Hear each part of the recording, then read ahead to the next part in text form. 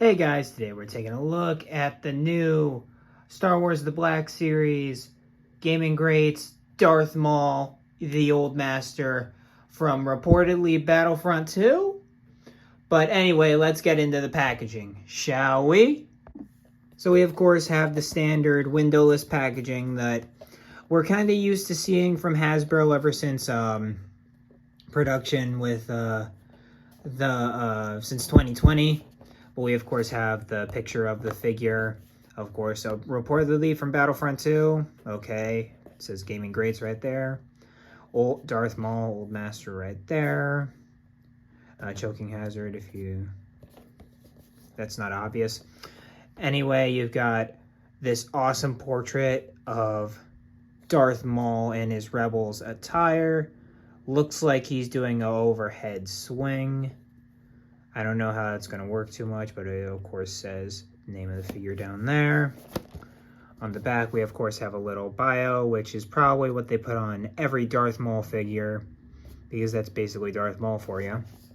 And then you of course have the same picture as the front of the packaging right there. And then of course 23 in the Gaming Greats line from Battlefront 2. That's Cap, but we'll get into that later. Of course, you got Disney and Hasbro, all that stuff, all the different warnings and stuff like that. And of course, on the side, you of course have the size for you right there, the size comparison. Of course, advertising that it's plastic free, even though that's Cap. It is plastic free packaging, but the reason why they're doing it isn't because they're environmentally friendly. It's the fact they couldn't find plastic. Anyway, you of course have all the legalese down there. You of course have, and then of course the barcode right there for all you barcode hunters right there.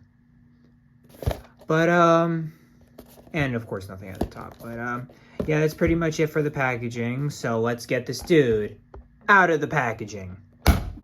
And here of course is Darth Maul out of the packaging. And of course, before we take a look at the other contents and accessories of the figure, I'm gonna go on a little rant about the specifics on what source he's from, because he's not from the Battlefront 2 video game. How do I know that? Well, the legs. The legs are the animated legs. The legs look like actual feet in the animation. In live action, they look a little different. They actually, no. These look like shoes. The live action legs look a little bit more like feet. And you can of course look that up wherever, but just look up his live action appearance in Solo or the actual Battlefront 2 skin. But yeah, besides that, it's what you get in Battlefront 2, but this is his Rebels appearance. That's no debate. But, of course, let's take a look at his one accessory, which is, of course, his lightsaber.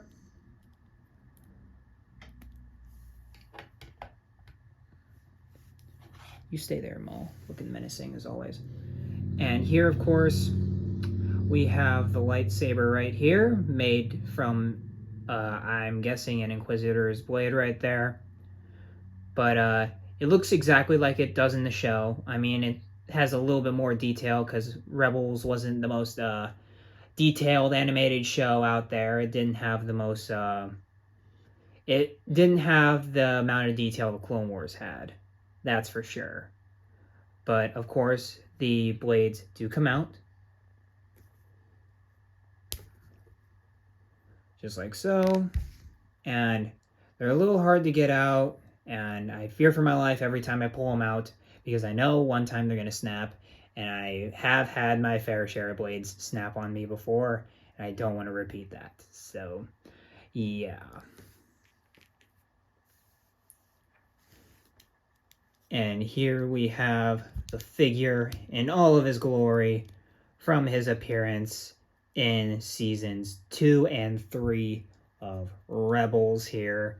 And of course you have the grimacing face, played by Ray Park in the film. And let's see one thing. They forgot to paint the earring. That's a bummer. That's a real bummer. Because, yeah, Ray Park forgot to take out an earring. And so Maul will forever have an earring on his left ear. That's always hilarious to me. Too bad it's not painted. That would be cool. Just a little dab of silver right there. Anyway. But, as you notice, he's very red. He's very red. And I'll just bring in my other Darth Maul, the shirtless Darth Maul. And you can tell from his paint deco, he is very much a different shade of red from this Darth Maul right here. And it's the same arms, and I'm assuming it's the same chest, just molded over with this piece. And it's, of course, the same head. It's just different paint apps, you see. Because you have the lighter red, and, of course, in the eyes as well. The eyes are way more noticeable. You have way more noticeable red lines for the Sith eyes right there, and way cleaner teeth, because Maul didn't have that cleaner teeth in The Phantom Menace. So it's just cool that they're sticking to their source material like that. Even though it creates inconsistencies with the actual character, I still like the fact that he has a lighter red here. Because he's an animated character. But besides that, I mean, he relatively has a basic shirt here. You, of course, have, the shirt, and then, of course, he has the gloves seen in Rebels, the knuckles right there. You have the brace that keeps his torso from popping off of his legs. At least that's what I'm assuming it does. And then you, of course, have the legs, which is the most exciting part of a Darth Maul figure post-Phantom Menace, because, of course, they're artificial.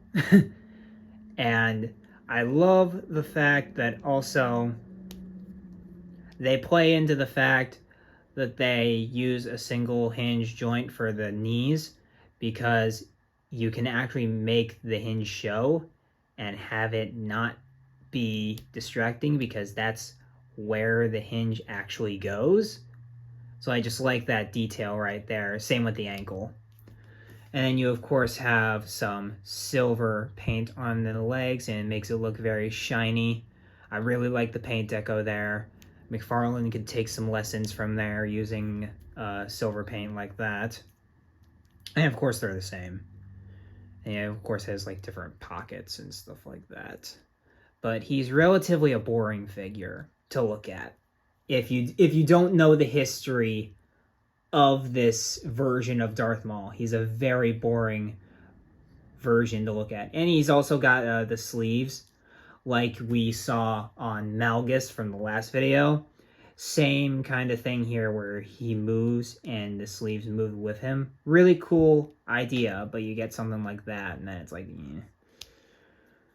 But it's whatever.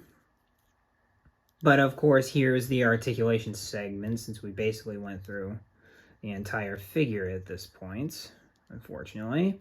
But of course, we have a lot of rotation, a lot of movement in the head right there. A double ball peg in the head. You, of course, have him look sky high right there. He looks great, great looking up face. And he, of course, looks down like so.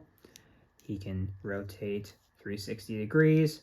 And, of course, can head pivot like so. A lot of nice range in the head. Love it, love it, love it. For the shoulders, you, of course, have a little bit of armpits, but because of the molded shirt here, you don't get a lot of it, just a little bit. And you, of course, can hinge out, go all the way around 360 with the shirt with the sleeve piece right there. You, of course, have the double jointed elbow, not the double jointed, single jointed elbow, which gets more than 45 degrees, but not by much. And you, of course, have the painfully obvious thing of the tattoos not continuing, stuff like that. But they have it continuing on this side, but not on the bottom. That's annoying. You, of course, have the roll the dice hinge on both hands. On both hands, you have the roll the dice hinge because, you know, lightsaber character, and he wields a double-bladed lightsaber. So that's cool. Then you, of course, have the diaphragm joint, which kind of is a little iffy because he was packaged like this. So you can't really move him to the left, to his right as much. But he moves pretty decently far to the left. And it's just very hard to even get him straight. It's kind of annoying. But he, of course, can limbo decently back. And he can hinge pretty alright. Then we have the standard Hasbro legs right there, which can move forward that high, back about that far. I like to see that. And of course can move out like so. He has thigh swivel, which is pretty nifty, if I do say so myself. And then he has a single jointed knee, which rotates like so. And you could make this play with Darth Maul because, you know, cyborg legs. And then he also, for the ankle, he's got a hinge at the ankle and, of course, ankle rotation as well. And here, of course, we have the two Darth Mauls that I have so far. We, of course, have our new Rebels Old Master Darth Maul right there next to the shirtless Darth Maul pre-episode 1. And I just love the fact that I really like the colors more on this Darth Maul right here. The blade is much more red, as you can see. Blade's much more red than this one, and it looks very much orange. And he also looks redder on here as opposed to this one, which looks way more orangish. Even though I think this is the better figure, I think he looks better, if you catch my drift. And here we have Darth Maul with all of the, I'd say, the Reign of the Empire / OT Darksiders. Of course, minus Palpatine and Fourth Sister, I believe. But this is pretty much it. Oh, and Reva. But anyway, we of course have Grand Inquisitor, Fifth Brother, Obi-Wan Kenobi, Vader, and of course the second sister from Jedi Fallen Order. And these other three figures are from the Obi-Wan Kenobi line. But I think they look pretty great, even though Grand Inquisitor is humiliatingly short. But outside of that, I think, because Darth Maul's a small guy. He's a small guy. But it is what it is, and Fifth Brother is supposed to be like 8 feet tall, and Grand Inquisitor is supposed to be like as tall as Vader, and it's all messed up. And here are all of the official Sith in my collection here. We of course have Dooku, Revan, Malak, Malgus, and Vader right there. And what's the deal with the Sith always getting the tall boys? Like, look at these 4 gents right here. They are at least 7 feet tall, all of them. And then there's Revan and Maul. Like, I wonder how Maul feels to be like the shortest Sith ever, pretty much. I'd love to ask Sam Witwer that. And of course, here we have the only Obi-Wan Kenobi I could find in my collection. I unfortunately do not have an Alec Guinness, so I could not do the twin sons thing, even though that's what I really am aiming for with purchasing this guy, and I'll later get an Alec whenever I get around to it. But yeah, Episode 3, first release, Obi-Wan Kenobi. The first prequel Jedi in the Black Series, though, was actually released, actually. He was released before Anakin, so that's really cool. But unfortunately, I said lightsaber snaps happen with me. He was one of them, so he's just kind of there, unfortunately. Maul's gonna gut him real quick. And I said he's from Rebels, so I got my favorite Rebels character, Kanan Jarrus, out for a comparison. And I think the size is fairly accurate. Kanan is not the tallest man around, But I like the fact that he's taller than Maul, because, you know, Maul's still a short boy even though he has the cyborg legs, you know what I mean? But yeah, guys, that'll do it for this Star Wars The Black Series Old Master Darth Maul. And overall, I think is a very solid figure. He's nothing special by any means, but it's largely the look you want to go for when you get this figure, because you know you've seen Rebels, you've seen Twin Suns, and you want to recreate that scene. That's why you get this figure. That's why you get Alec Guinness to pose him up with. You know, it's just yin and yang, you know what I mean?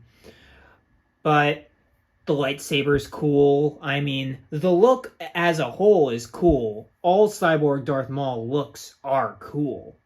I'm just saying that there's some stuff like, this is the closest I can get to a double-handed stance. You cannot do a double-handed stance with this figure, and that makes me very sad.